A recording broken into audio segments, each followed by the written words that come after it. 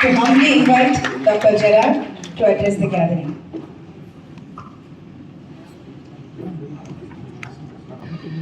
Good morning, everybody. At the outset, I sincerely thank Dr. Lakshmi Madam for inviting me to be a guest of honor. With a due respect to the Honorable Mr. Justice S. Vaidyanathan sir and Dr. Dayalan and others in the dais, I would like to place on record my sincere gratitude for having been associated with this organization for nearly a decade now.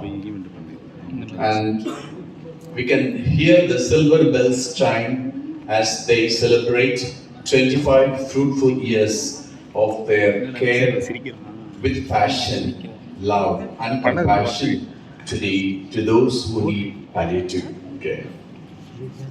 When I see that 25 years in palliative care is not a joke, starting from 20th September 2000, the organization led by Dr. Mallika Thiruvaran with a group of physicians, how they have worked together to bring this to this level.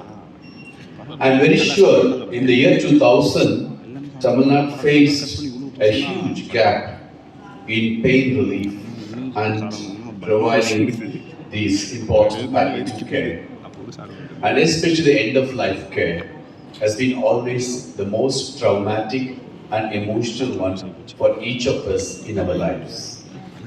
So, in an effort to bridge this gap, they've evolved over the years into a system where they have established very well clinic-based or hospital-based palliative care as well as community-based palliative care reaching homes. And one of the important things I find is the organization is looked upon as champions at the national level for providing early palliative care. And it has been a very important thing that for me, since I work in the National Health Mission Government of Tamil Nadu, we have been associated with various national programs, especially for non-communicable diseases. One of the programs is the National Program for Palliative Care. When we wanted to start this program in the year 2016-17, I was totally new to this area. I have heard about the hospice and those kind of stuff. But then personally, I could not witness how this has to be done. So our mission director then, he asked us to travel to Kerala. So we went to Kerala, we stayed there for a week, going to different institutions in the community, meeting the volunteers and meeting the patients at their homes. It was an eye-opener for me. We also traveled to Trivandrum, we traveled to Calicut, and then we were quite astonished that Kerala was leading the country since 1990s, and that they were far ahead anybody else in the country in knowing what is palliative, because the community knew about it. The panchayats, they knew very well about the program. It was so integral part of the life of people in Kerala. It was quite astonishing. A neighbor state, which is also equally very good in health system and quite popular at the national level, but we were really were quite exposed to another area of the healthcare, which was really superb at Kerala.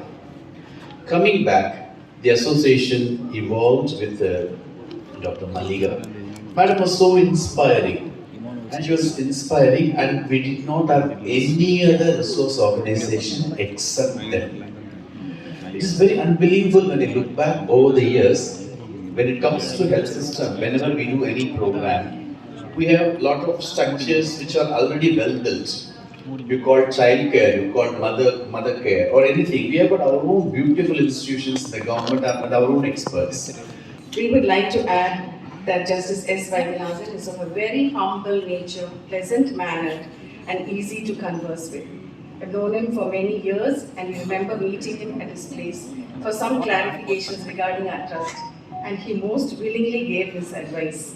He is not only very knowledgeable but also of a very compassionate nature and ready to help people in need. So in a way one can say he too carries the spirit of a palliative approach towards people. We're very happy, sir, that you readily accepted our invitation and we're honored to have you. Ladies and gentlemen, please welcome Honorable Mr. Justice S.